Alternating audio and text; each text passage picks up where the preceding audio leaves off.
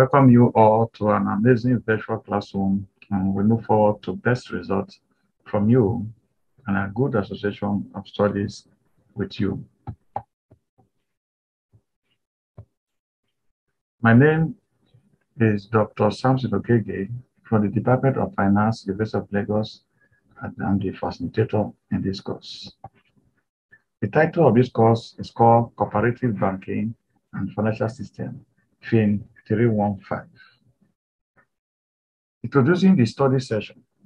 You are all welcome to this first session of the module on FIN315, Cooperative Banking and Financial System, which deals on the roles of banking in saving and investment processes.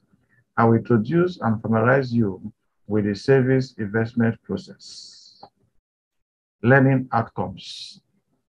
1. To explain the word bank and banking system, to differentiate between savings and savings. What do you understand by the word investment? To differentiate between savings and investments, explain the term, the saving investment processes, and finally, to identify the role of banking in the savings and investment processes.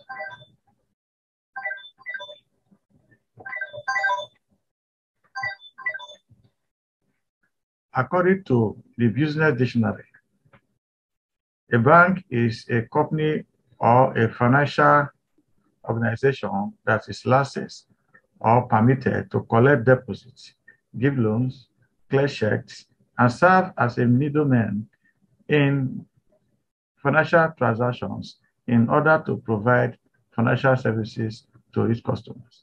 In other words, a bank is a financial institution where customers' valuables and money are kept for safekeeping. The banking system is a connection of banking institutions that ensure the provisions of banking services such as safekeeping of money, provision of credit facilities, provision of financial investment services. The origin of banking.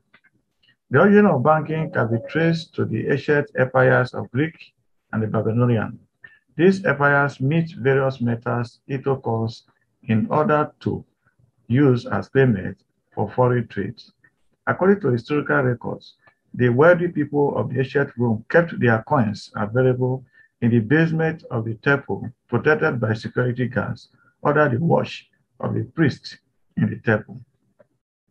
Suggestions from historical records show that temples loan out the money kept for safekeeping. Julius Caesar in ancient Rome, through an edict, enacted a Roman law that allowed the possessions of property of a debtor by a creditor. The goldsmiths in London are known as bankers in the 17th century. The goldsmith possessed storage facilities. They took money and other valuables from merchants for safekeeping, which was then lent out by the goldsmith to earn interest. Acceptance of cash deposits from merchants for safekeeping was the earliest banking function. A second stage emerged when deposits receipts began to be utilized as a method of payment to these retainers. As a result, the first generation of banks began to produce fixed denomination banknotes, which were more widely accepted. The introduction of money lending to consumers with interest levied on it was the next stage. This allowed for a profit to be made. As a result, bankers began to pay interest to merchants and others to entice them to raise their deposits. The concept of savings and savings.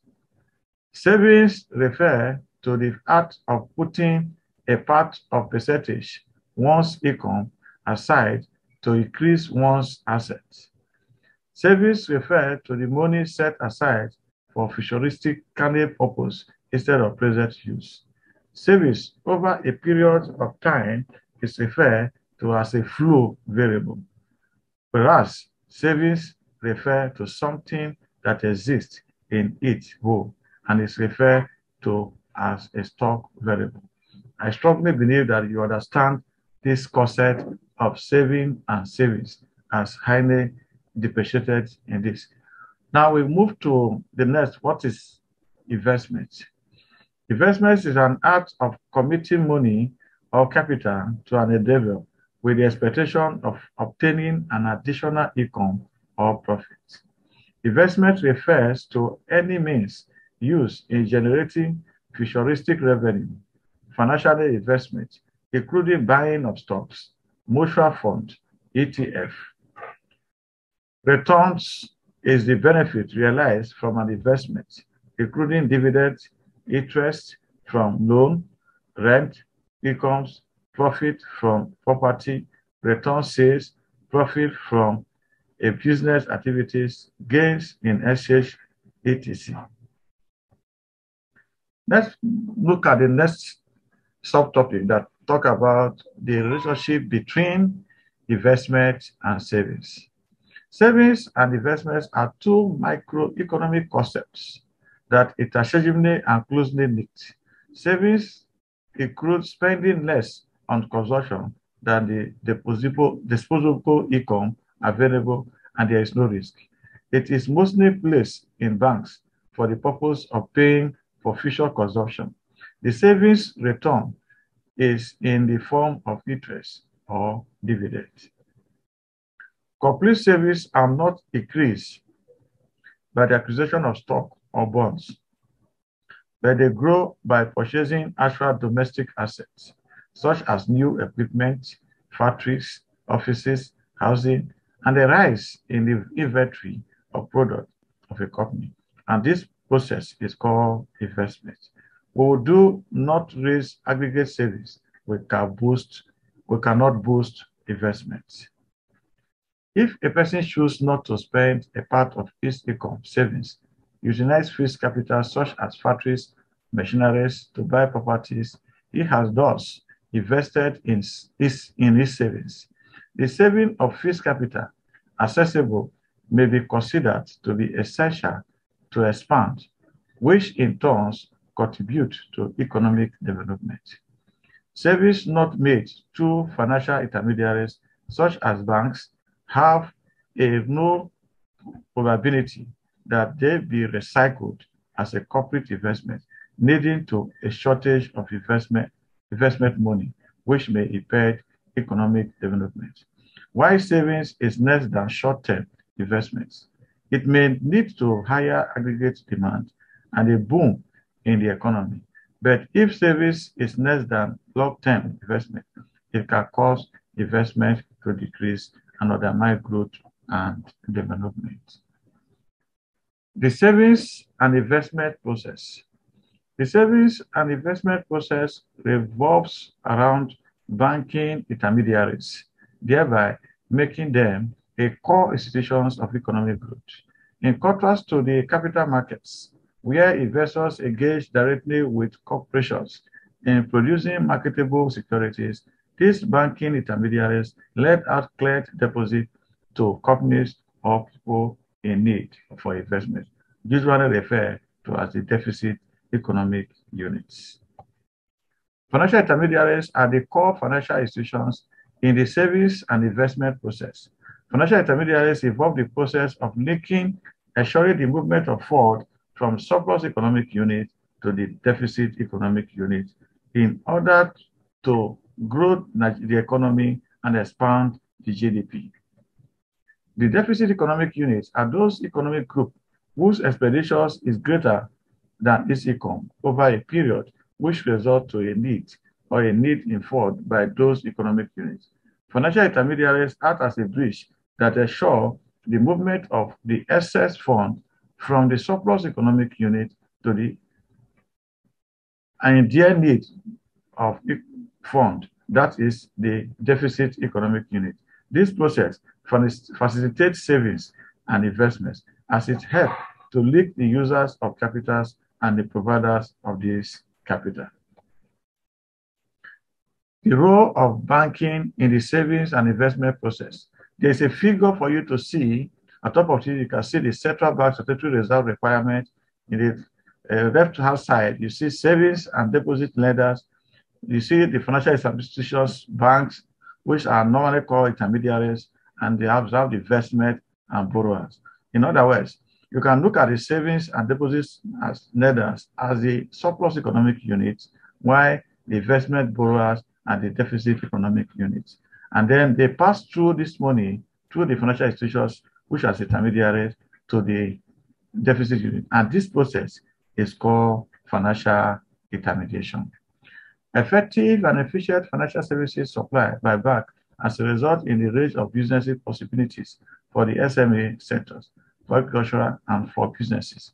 Potential sources of savings and investments in the economy includes SME, farmers, and entrepreneurs. The banking system seeks to make the efficient use of the money easier and intermediate for both SME and big businesses in all areas of the economy. Savings and investments offer sources of money both in the private, public, and foreign net incomes. The banking system seeks to make the efficient use of the money easier and intermediate both SME and big businesses in all areas of the economy. Savings and investments offer sources of money both in the private, public, and foreign net income. This intermediation is done by mobilizing resources to keep savings, financial assets, and allocate these resources to productive investment that may contribute to economic growth, development, and expansion. The effect of the banking institutions on savings and investment intermediations depends on the economy. Savings and investment mobilization depends on the soundness of the financial system of a country. That is why I can say at this junction that show me a country that is developed, I will show you a financial system that is developed. Good financial system stability allows savings to be mobilized for the investment process, which in turn provide intermediate funding for all sectors of the economy.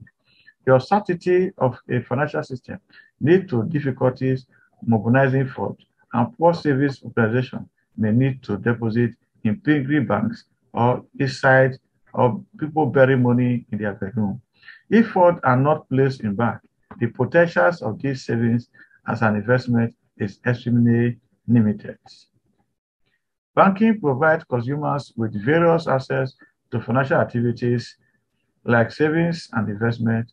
Through savings, a consumer can plan for futuristic expenses and possibly invest in savings. Now we have gone to the end of section 1, but I want to take you to self-assessment questions. First one, I want to ask you, what do you understand by saving and investment? Number 2, I want you to differentiate between saving and savings. In summary, a bank is a financial institution involved with acceptance of deposits, safeguarding of assets, and facilitation of payment and creation of investment channels. A bank has been in existence the time of Goldsmith in the 17th century in London, who was in charge of keeping variable for their customers. The core process of banking is saving. Without savings, a bank operation is gradually crippled. Thank you, and God bless you.